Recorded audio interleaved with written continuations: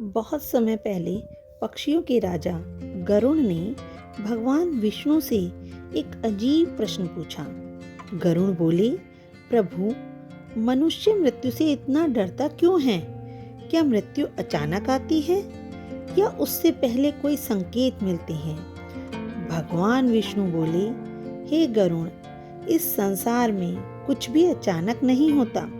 जब किसी मनुष्य का अंतिम समय पास आता है तो प्रकृति, पशु पक्षी और स्वयं उसका शरीर कुछ संकेत देने लगता है, लेकिन मनुष्य अक्सर उन्हें समझ नहीं पाता। और यही रहस्य बाद में गरुड़ पुराण में बताया गया है। मृत्यु से पहले के रहस्यमय संकेतों में से पहला संकेत है। भगवान विष्णु बोले, मैं तुम्हें बताता हूँ, ध्यान से सुनो। हे गरुड़, जब किसी मनुष्य की मृत्यु नजदीक आती है तो उसके घर के आसपास कुत्ते रात में के समय अजीब तरह से रोने लगते हैं, तो पुराने लोग इसे साधारण घटना नहीं मानते। कहा जाता है कि कुत्ते उन अदृश्य शक्तियों को महसूस कर लेते हैं जिन्हें मनुष्य नहीं देख सकता। दूसरा संकेत, कभी कभी मृत्यु के पहले व्यक्ति को अजीब सपने आने लगते हैं। वह देखता है कि वह किसी अंधेरे रास्ते पर चल रहा है या किसी नदी को पार कर रहा है। शास्त्रों में कहा गया है कि ये सपने आत्मा को आने वाली यात्रा का संकेत दे रहे होते हैं। हे गरुड़, अब मैं तुम्हें तीसरा संकेत बताता हूँ। कभी कभी घर की छत पर कोई बार बार आकर बैठने लगते हैं या अजीब आवाजें करने लगते हैं। पुरानी मान्यताओं में इसे भी एक संकेत माना गया है। कोए का छत पे बार बार आना और जोर जोर से आवाजें करना, ये भी एक तरह का संकेत है। गरुड़, अब मैं तुम्हें चौथा संकेत बताता हूँ। कभी कभी व्यक्ति को ऐसा महसूस होने लगता है जैसे कोई अदृश्य शक्ति उसे बुला रही हो। वह बिना कारण आकाश की ओर देखने लगता है या किसी दूर जगह को देखने लगता है। ये भी मृत्यु का आने का ही एक संकेत होता है जो उसे आभास कराता है। मैं तुम्हें पांचवा संकेत बताता हूँ। कभी कभी व्यक्ति अचानक कहने लगता है कि उसे अपने पुराने रिश्तेदार दिखाई दे रहे हैं। ऐसे लोग जो इस संसार से पहले ही जा चुके होते हैं और उसे ऐसा लगता है जैसे वो उसके आसपास ही हैं या उसे अपने पास बुला रहे हैं। यह भी एक संकेत माना गया है। अब मैं तुम्हें छठा संकेत बताता हूँ। मृत्यु से पहले व्यक्ति का स्वभाव भी बदलने लगता है।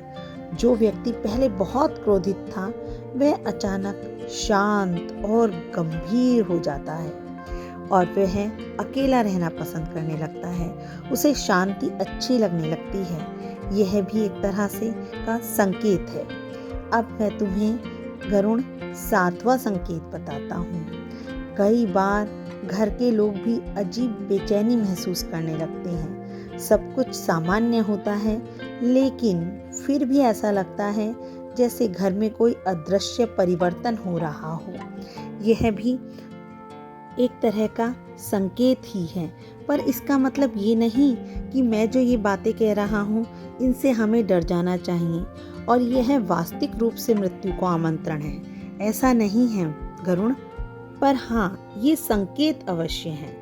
आठवां संकेत कहलाता है कि व्यक्ति का मन अचानक भगवान की भक्ति में लगने लगता है और उसे वह पूरी श्रद्धा से ईश्वर को याद करता है।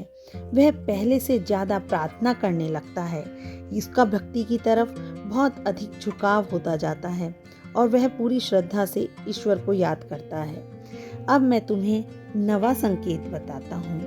धीरे धीरे उसे संसार की चीजों से मोह कम होने लगता है। उसके लिए पैसा, धन, दौलत, ये सब चीजें मायने नहीं रखती हैं। धन, वस्तुएं और झगड़े अब उसे महत्वहीन लगने लगते हैं और उसका मोह इस संसार से धीरे धीरे समाप्त होने लगता है और वह अपने आप को इन सब चीजों से विरक्त कर देता है। अब आता है 10वां संकेत और अंत में व्यक्ति के भीतर एक अजीब सी शांति आ जाती है, जैसे उसकी आत्मा किसी लंबी यात्रा के लिए तैयार हो चुकी है। अब कहानी का दूसरा हिस्सा भी आता है जो बहुत रोचक है। गरुड़ ने फिर पूछा, प्रभु, जब मनुष्य की मृत्यु हो जाती है तो उसके बाद उसकी आत्मा के साथ क्या होता है? भगवान विष्णु बोले, हे गरुड़, मृत्यु के बाद आत्मा तुरंत दूसरी दुनिया में नहीं पहुंचती। उसे एक लंबी यात्रा करनी पड़ती है जो लगभग 13 दिनों तक चलती है। मृत्यु के बाद 13 दिन की यात्रा में भगवान विष्णु बताते हैं कि मृत्यु के बाद जब आत्मा शरीर छोड़ती है तब यमराज के दूत उसे लेने आते हैं। पहले दिन आत्मा अपने घर के आसपास भटकती रहती है। उसे समझ नहीं आता कि उसके साथ क्या हुआ। दूसरे से 10वें तक आत्मा धीरे धीरे इस संसार से दूर जाने लगती है। इसी कारण शास्त्रों में इन दिनों श्राद्ध और पिंडदान का महत्व बताया गया है।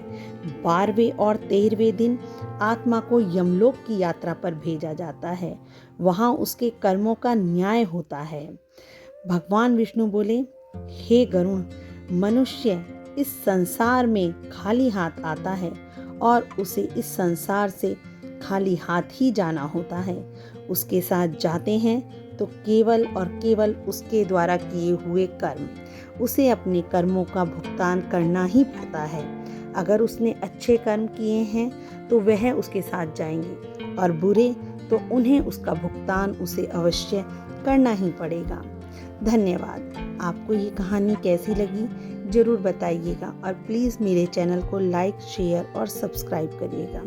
धन्यवाद।